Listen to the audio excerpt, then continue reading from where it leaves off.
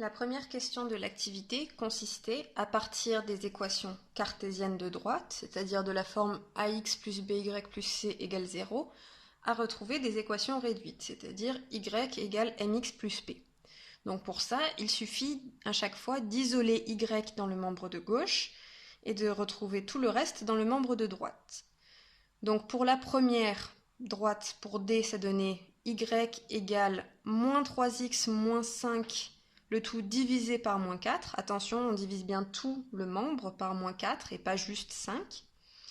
Et donc ça donne moins 3x divisé par moins 4, moins 5 divisé par moins 4. Et comme moins par moins, ça fait plus, ça nous donne finalement 3x divisé par 4, plus 5 quarts. Pour la deuxième, c'était beaucoup plus simple, ça donnait simplement y égale x moins 1. On a là nos deux équations réduites, donc de la forme mx plus p. Dans la première, m vaut 3 quarts, ce qui est devant le x, et dans la deuxième, donc m', ça vaut 1, ce qui est devant le x, le coefficient là c'est 1. Donc ça, ce sont les deux coefficients directeurs de nos deux droites, d et d'. On voit que les deux coefficients sont différents, 3 quarts ce n'est pas égal à 1. Ça veut simplement dire que les droites sont séquentes. Pour que les droites soient parallèles, il faut que les coefficients directeurs soient égaux. Là, ils ne le sont pas, donc si elles ne sont pas parallèles, elles sont forcément séquentes. Dans la troisième question, on vous demandait si un point de coordonnées xm, ym appartient à la droite D, quelle équation il doit vérifier? Il doit vérifier l'équation de la droite, c'est-à-dire 3xm moins 4ym plus 5 égale 0. Donc ça, c'est l'équation cartésienne de la droite D. Ou alors, il doit aussi vérifier l'équation réduite de la droite D. Ça correspond à ym égale 3 quarts de xm plus 5 quarts. Donc ça veut simplement dire que si les coordonnées, c'est un couple xm, ym, en remplaçant la xm et ym par leur valeur, et en faisant ce calcul, on doit bien retomber sur 0, où là, on doit bien obtenir l'égalité. Pour la quatrième question, c'était la même chose, mais avec la droite D'. Donc cette fois-ci, il faudrait que moins xm plus ym plus 1 égale 0. Ça, c'est l'équation cartésienne de la droite D'. Ou bien que ym égale xm moins 1. Donc ça, c'est pour le cas où le point M, il appartiendrait à D'.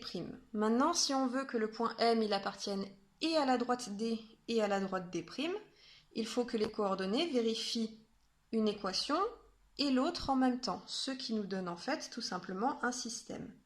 Donc là, le système, je l'ai écrit avec les deux équations réduites, parce que c'était plus simple ensuite pour le calculer. Mais si vous avez mis les deux équations cartésiennes, ça marchait aussi. Ça rallongeait un petit peu les calculs, mais le résultat à la fin doit être le même. Donc on obtient ce système, ym égale 3 quarts de xm plus 5 quarts et ym égale xm moins 1, ou bien la même chose avec les équations cartésiennes. Et lorsqu'on résout ce système, vous allez voir pourquoi j'ai choisi de prendre les équations réduites. Quand on cherche à résoudre le système, en fait, c'est vachement pratique parce qu'on a déjà ym qui est isolé dans les deux équations. Donc on peut choisir, par exemple, on dit que dans la deuxième équation, ym égale xm moins 1, et dans la première, on va remplacer ym par xm moins 1, tout simplement. Donc on obtient xm moins 1 égale 3 quarts de xm plus 5 quarts, puisqu'on a remplacé la valeur de ym dans la première équation par sa valeur qui est dans la deuxième équation. On se retrouve avec une première équation où il n'y a qu'une seule inconnue, c'est xm. Donc on rassemble tous les xm d'un côté, ce qui donne ici, alors xm c'est 4 quarts de xm, moins 3 quarts de xm, parce que le 3 quarts, quand on le fait passer de l'autre côté, ça change de signe, on fait moins 3 quarts des deux côtés. Donc ça nous donne 4 quarts de xm moins 3 quarts de xm, ça nous donne 1 quart de xm. Le moins 1, en le faisant passer de l'autre côté, ça donne plus 1. Plus 1, c'est pareil que plus 4 quarts. Donc on a 5 quarts plus 4 quarts, ça nous donne 9 quarts. Finalement, 1 quart de xm égale 9 quarts. Et comme on a le dénominateur 4 des deux côtés, en multipliant par 4 des deux côtés, ça nous donne xm égale 9. Xm égale 9, on remplace xm par 9 dans la deuxième équation, ça nous donne ym égale 9 moins 1, c'est-à-dire ym égale 8. Donc finalement, xm égale 9, ym égale 8, ça veut dire que les coordonnées du point d'intersection, c'est 9, 8. Donc M de coordonnées 9, 8, c'est le point d'intersection des droites D et D'.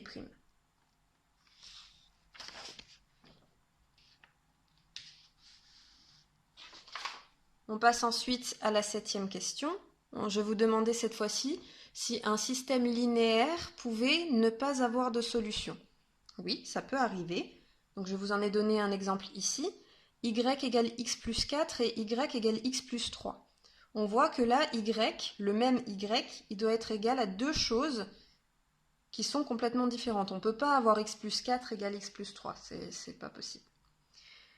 Donc du coup, dans ce cas-là, ça veut dire que les droites sont parallèles, parce qu'on a vu que dans le paragraphe précédent, si les deux droites avaient un point d'intersection, le système il avait une solution, qui était les coordonnées du point d'intersection. Là, si le système n'a pas de solution, ça veut dire qu'il n'y a pas de point d'intersection, donc ça veut tout simplement dire que les droites doivent être parallèles. S'il n'y a pas de point d'intersection, elles sont parallèles. Un système il peut aussi avoir une infinité de solutions. Ça se passe dans le cas où, globalement, les deux équations sont les mêmes. Alors là, dans l'exemple, à première vue, on ne dirait pas que ce sont les mêmes, mais si on regarde bien, 2y égale 4x plus 2, c'est simplement y égale 2x plus 1, où on a multiplié par 2 des deux côtés. Donc en fait, ces deux équations sont une seule et même équation, ce qui veut dire que les deux droites sont une seule et même droite, c'est-à-dire que les deux droites sont confondues. Et donc si elles sont confondues, ça veut dire qu'elles ont une infinité de points d'intersection. C'est tous les points qui sont sur la droite, ce sont des points d'intersection. Et donc ce système, il a une infinité de solutions, c'est-à-dire tous les points qui sont sur la droite, tous les points qui vérifient l'équation de droite. Maintenant attention, avoir une infinité de solutions, ça ne veut pas dire que tout et n'importe quoi peut être solution. Les seules solutions, ce sont les points qui sont sur la droite, c'est-à-dire les points qui vérifient l'équation de la droite.